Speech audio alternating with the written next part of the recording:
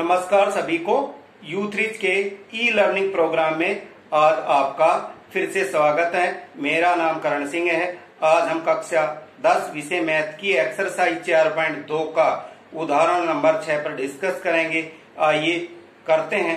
तो हमारे पास उदाहरण नंबर 6 है। एक धर्मार्थ ट्रस्ट 300 वर्ग मीटर क्षेत्रफल का प्रार्थना कक्ष बनाना चाहता है। तो एक धर्मार्थ ट्रस्ट है, मीन्स एक सामाजिक ट्रस्ट है जो 300 वर्ग मीटर क्षेत्रफल का एक प्रार्थना कक्ष बनाना चाह रहा है, जिसकी लंबाई उसकी चौड़ाई के 2 गुणे से 1 मीटर अधिक है। कक्ष की लंबाई और चौड़ाई ज्ञात कीजिए। तो क्वेश्चन है हमारे पास कि एक धर्मार्थ ट्रस्ट है, वो एक प्रार्थना कक्ष बनाना चाह रहा है। उसका क्षेत्रफल हमें दिया हुआ है 300 वर्ग मीटर और उसकी लंबाई चौड़ाई के दुगने से 1 अधिक है। तो हमें उस कक्ष की लंबाई और चौड़ाई ज्ञात करनी है। तो आइए ज्ञात करते हैं। तो सबसे पहले हम क्या करते हैं, माना प्रार्थना कक्ष की चौड़ाई x मीटर, लंबाई तो प्रार्थना कक्ष की लंबाई, अब वो लंबाई क्या करें, चौड़ाई के दुगने से, चौड़ाई x है तो x का दुगना 2x और 1 अधिक है तो ये हो गया 2x जमा 1 मीटर। अब प्रश्न के अनुसार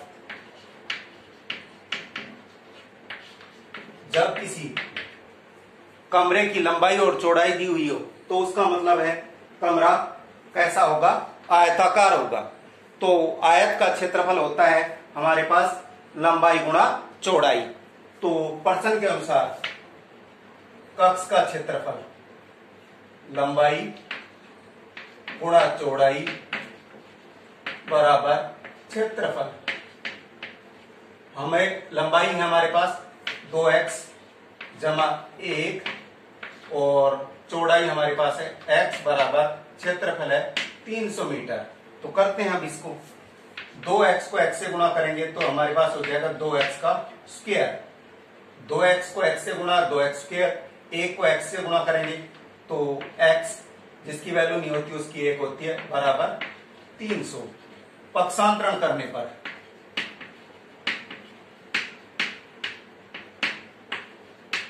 अब इसका पक्षांतरण करेंगे तो हमारे पास हो जाएगा 2x का स्क्वायर प्लस x माइनस 300 बराबर 0। अब हमारे पास द्विघात समीकरण बढ़ेगी 2x का स्क्वायर जमा x माइनस 300।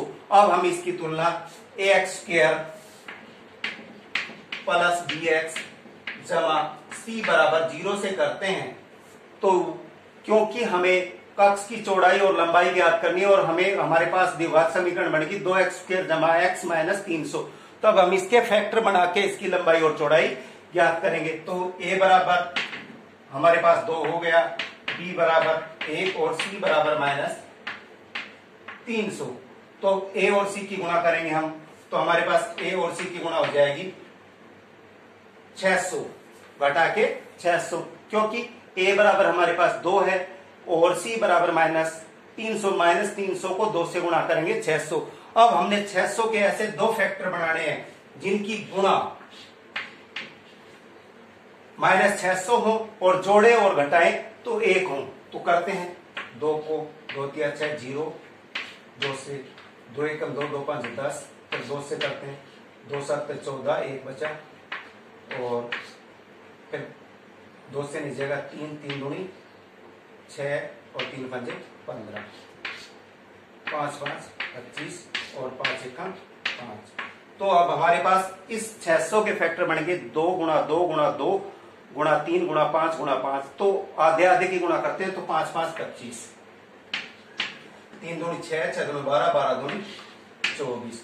अगर मैं 24 को 25 से गुणा करता हूं तो ये 600 होते हैं और 25 में से 24 को घटाता हूं या जोड़ता हूं तो 1 बचता है। तो हमारे पास फैक्टर बन गए, क्योंकि हमें जमा का, तो हम जमा के 25 रखेंगे और घटा के 24, तो इन दोनों की गुणा होगी 600 और 25 जमा घटा 24 तो बराबर होगा 1। तो हमारे पास फैक्टर बन गए 25 और 24। तो करते हैं 2x का स्क्वायर जमा 25x माइनस 24x माइनस 300 बराबर 0।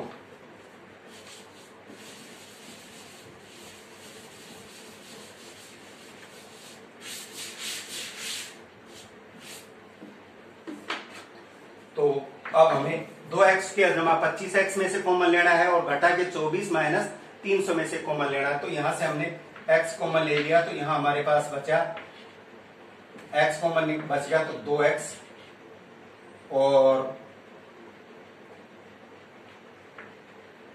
यहां 25 ब्रैकेट, यहां हमारे पास हो गया, यहां से हमने कॉमन ले लिया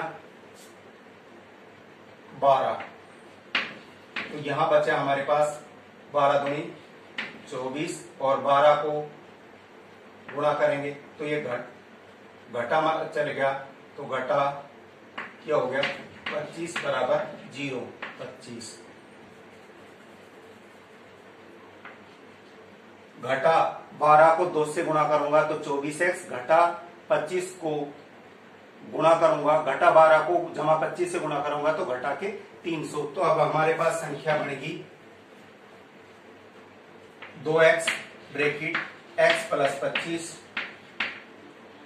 नहीं सॉरी कॉमन हो गया 2x प्लस 25 और x माइनस 12 बराबर 0।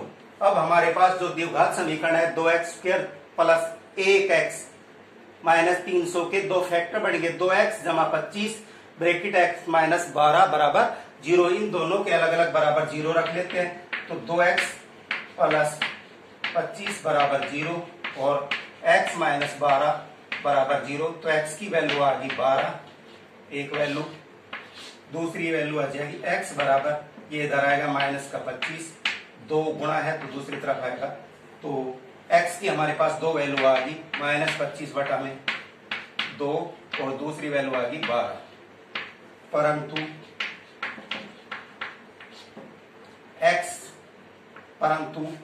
माइनस 25 बटा में 2 संभव नहीं है,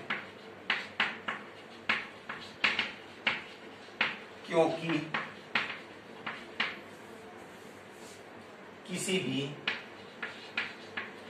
प्रार्थना कक्ष की लंबाई व चौड़ाई ऋणात्मक नहीं हो सकती। और अतः x बराबर हमारे पास हो गया 12। तो जो हमने प्रार्थना कक्ष की चौड़ाई माना था, तो इसलिए प्रार्थना कक्ष की चौड़ाई बराबर 12 मीटर और प्रार्थना कक्ष की लंबाई जो हमने मानी थी 2x प्लस 1, तो 2 गुणा में 12 जमा 1 बराबर 25 मीटर, ये इसके आंसर है। चौड़ाई हमारे पास प्रार्थना कक्ष की 12 मीटर और प्रार्थना कक्ष की लंबाई 25 मीटर है। अगर हम इस क्वेश्चन की अगर जांच करें तो यहीं से हमें पता लग जाएगा ये क्वेश्चन हमारा गलत है या सही, क्योंकि क्षेत्रफल 300 वर्ग मीटर है, तो मैं लंबाई और चौड़ाई को गुणा करता हूं, 25 को 12 से गुणा करता हूं तो ये 300 हो जाता है। और अगर वो कह रहा है कि लंबाई चौड़ाई के दुगने से, तो चौड़ाई हमारे पास 12 है, तो इसका दुगुना करता हूं तो ये 24 हो गया और 1 अधिक है तो बराबर 25 हो गए। इसका मतलब हमारा ये क्वेश्चन ठीक है। इसी के साथ हमारा ये क्वेश्चन कंप्लीट होता है। मैं उम्मीद करता हूं कि U3 के ई लर्निंग प्रोग्राम में आपको विषय समझने में आसानी हुई होगी और मैं आशा करता हूं कि आप इस विषय पर अपने सवाल जरूर करेंगे ताकि हम इसे अच्छे से समझ पाएं। धन्यवाद।